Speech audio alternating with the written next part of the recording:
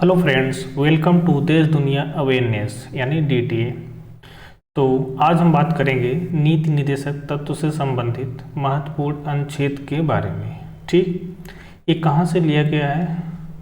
तो ये लिया गया है आयरलैंड से, जैसा कि प्रीवियस वाले वीडियो में बता चुका हूँ। ठीक, तो आइए बात करते हैं। तो ये कहाँ से कहाँ तक है अनुच्छेद? 36 से 51 तक बात किया गया है नीति निर्देशक तत्व के संबंधित अनुच्छेद हैं। ठीक, तो पहला अनुच्छेद है कि नीति निर्देशक तत्वों के संबंध में राज्य की परिभाषा क्या होगी, यानी राज्य की परिभाषा के बारे में है। पहला तो ये आपको याद होना चाहिए। याद कैसे होगा? आपको बार बार पढ़ना पड़ेगा और थोड़ा सा रिलेट करेंगे, कुछ ट्रिक भी लगा सकते हैं तो आपको याद हो जाएगा। जैसे आप पहले ये पता हुआ कि नीति निर्देशक तत्व तो आयरलैंड से लिया गया, 36 से 51 है, तो 36 शुरुआत में परिभाषा से स्टार्ट करते हैं, तो राज्य की परिभाषा हो गया। ठीक, इस तरीके से आप याद कर सकते हैं।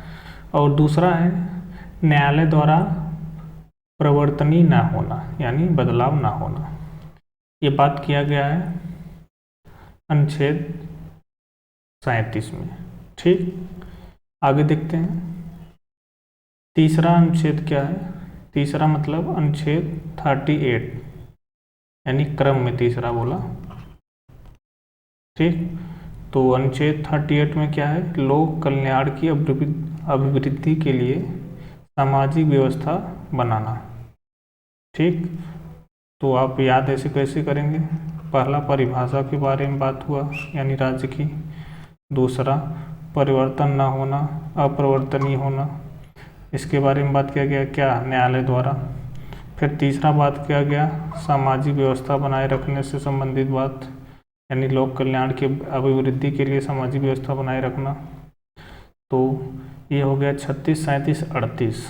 फिर 38 का पार्ट है, यानी 38 का 2। इसमें क्या बात किया गया है? आय की असमानताओं को कम करने का प्रयास करना। ठीक, मतलब कुछ लोग के पास बहुत ज़्यादा पैसा है, कुछ लोग के पास बहुत कम है, तो उसका जो डिफरेंस बहुत ज़्यादा है उसको कम करना का प्रयास करना। इससे रिलेटेड 38(2) में बात किया गया है। ठीक, तो इसको आप रिलेट करके याद कर सकते हैं। 38(2) है, 2 मतलब दो लोग वो हैं, एक बहुत पैसा वाला है, एक बहुत गरीब है, तो यानी डिफरेंस बहुत ज़्यादा है, तो इसको कम करने का प्रयास करना। ठीक, इसका आय बहुत ज़्यादा है, इसका बहुत कम है। ठीक, तो ऐसे आप याद कर सकते हैं 38(2). आगे देखते हैं 39 का। इसमें बात किया गया है जो पुरुष और स्त्री हैं उनको समान रूप से जीविका का पर्याप्त साधन प्राप्त करने का अधिकार हो। ठीक, तो इसको आपको याद करना पड़ेगा। 2 वाला तो कैसे याद कर लिए तो अभी बताया। अब इसको 39 का है, तो इसको भी आप कोई ट्रिक लगा के याद कर सकते हैं कि पहला हमारा मेन उद्देश्य होना चाहिए प्राणी पे। प्राणी 2 हैं, स्त्री पुरुष, तो पहला मतलब का, तो 39 का, तो इसमें जीविका के पर्याप्त साधन प्राप्त करने का अधिकार के बारे में बात किया गया। तो आप कुछ भी ट्रिक लगा के याद कर सकते हैं, बस याद होना चाहिए। फिर 38 का ख है, इसमें क्या है? समुदाय के भौतिक संसाधनों का स्वामित्व व नियंत्रण इस प्रकार हो जिससे कि सामूहिक हितों का सर्वोत्तम रूप से प्राप्ति हो। ठीक, तो ये इस प्रकार है, आप इसको पढ़ सकते हैं कई बार तो आपको याद रहेगा। 39 घ, इसमें क्या है? पुरुष व स्त्री दोनों को समान कार्य के लिए समान वेतन मिलना चाहिए। तो इसको रिलेट किससे कर सकते हैं? 39 क से। ठीक, उसमें जीवन पर्याप्त का संसाधन के बारे में बात किया गया है, साधन का दोनों को समान होना चाहिए, तो उसी प्रकार उनको वेतन भी समान मिलना चाहिए। ठीक, तो 39 क ख घ है, तो क और घ इससे रिलेट कर सकते हैं, और ख वाला आपको ये पढ़ना पड़ेगा, याद हो जाएगा। ठीक, आगे देखते हैं 39 का अंग भी है। इसमें क्या बात किया गया है, 3 में यानी 39 क घ और अंग में पुरुष और स्त्री से रिलेटेड बात किया गया है, ये बात आपको पता है। ठीक, तो यहाँ भी पुरुष और स्त्री कर्मकारों को स्वास्थ्य व शक्ति तथा बालकों को सुकुमार अवस्था के दुरुपयोग का न होना, इसके बारे में बात किया गया है, तो ये आपको याद करना पड़ेगा। ठीक, स्वास्थ्य व शक्ति तथा बालकों को सुकुमार अवस्था का दुरुपयोग ना हो, इससे रिलेटेड बात किया गया है, तो ये आपको याद रखना होगा। ठीक, आ जाते हैं अनुच्छेद 40 पर। ग्राम पंचायतों का गठन के बारे में बात किया गया है। ये मोस्ट इम्पॉर्टेंट क्यों है, क्योंकि एग्जाम में बहुत बार आया है, हम एग्जाम की दृष्टि से पढ़ रहे हैं। ठीक, तो ये तो कन्फर्म याद होना चाहिए, 40 के बाद जितने भी हैं और शुरुआत के 2-3 उतने तो कन्फर्म याद होना चाहिए। ठीक, और 41 क्या है, कुछ दशाओं में काम, शिक्षा व लोक सहायता पाने का अधिकार, तो ये 49 हो गया। काम, शिक्षा और लोक सहायता पाने का अधिकार कुछ दशाओं में होना चाहिए, ये 41 है। 42 क्या है, काम की न्याय संगत एवं मनोचित दशाएं और प्रसूति सहायता। न्याय संगत एवं मनोचित दशाएं तथा प्रसूति सहायता से रिलेटेड अनुच्छेद कौन सा है, 42 है। तो 40 क्या है, ग्राम पंचायत, दूसरा दशा दिशा शिक्षा, ऐसे आप थोड़ा सा रिलेट करके याद कर सकते हैं। तीसरा न्याय मनोचित दशा। ठीक, और फिर 43 क्या है, कर्मकारों के लिए निर्वाह मजदूरी, ये तो एकदम अलग है, तो ये तो एकदम से याद होना चाहिए, ये भी इम्पोर्टेंट। ठीक, ये 40-43 ये बहुत बार आ चुका है। ठीक, और उसके बीच का 41-42 भी याद होना चाहिए, एग्जाम में आएगा, आता भी है।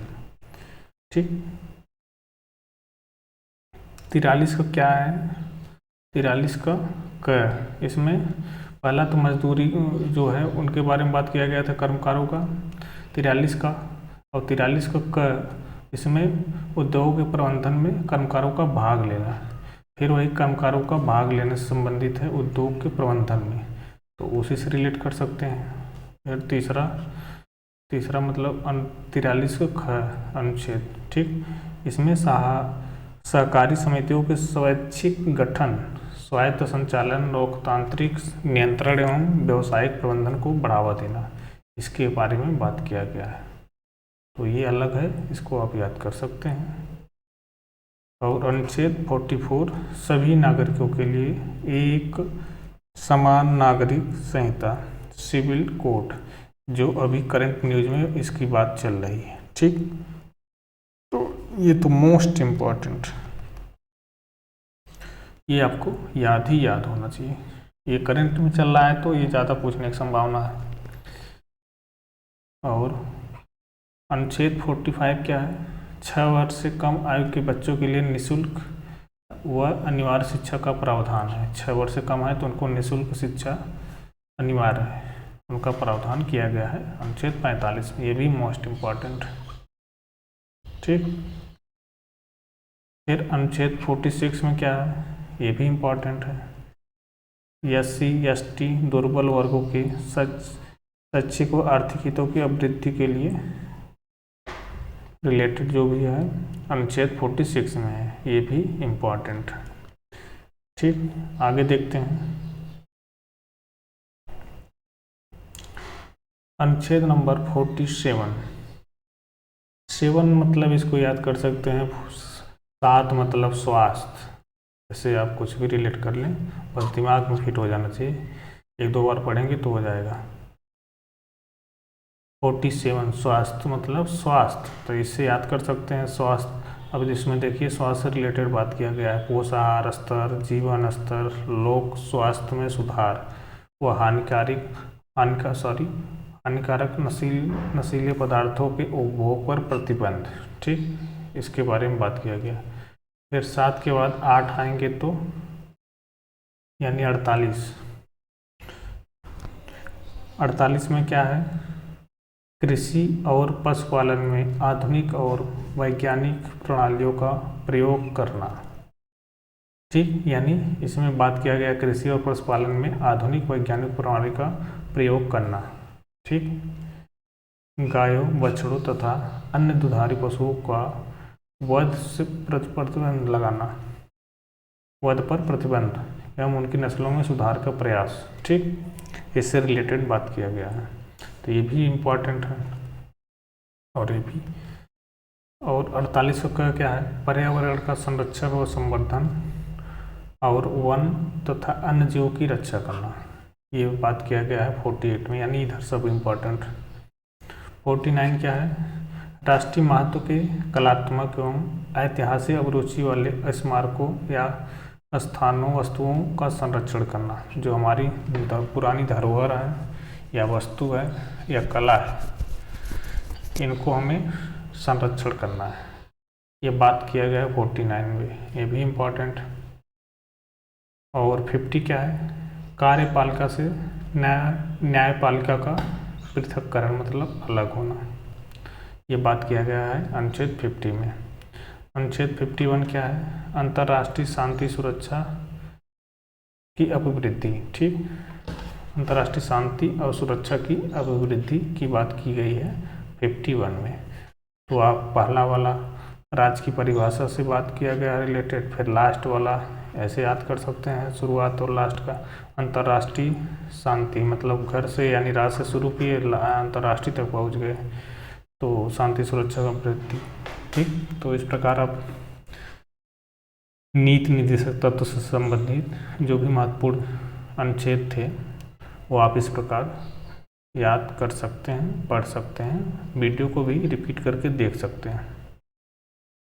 ठीक, तो अगर इसका फ्री PDF आपको चाहिए तो टेलीग्राम पे सर्च कीजिए, यहाँ पे लिखा गया है @DDA 9620, तो आपको वहाँ पर मिल जाएगा। अगर आपको वीडियो अच्छा लगा, आप चाहते हैं कि कंटिन्यू वीडियो लाएं, तो लाइक सब्सक्राइब कर सकते हैं। ठीक, ओके, मिलते हैं नेक्स्ट वीडियो में, तब तक के लिए बाय बाय।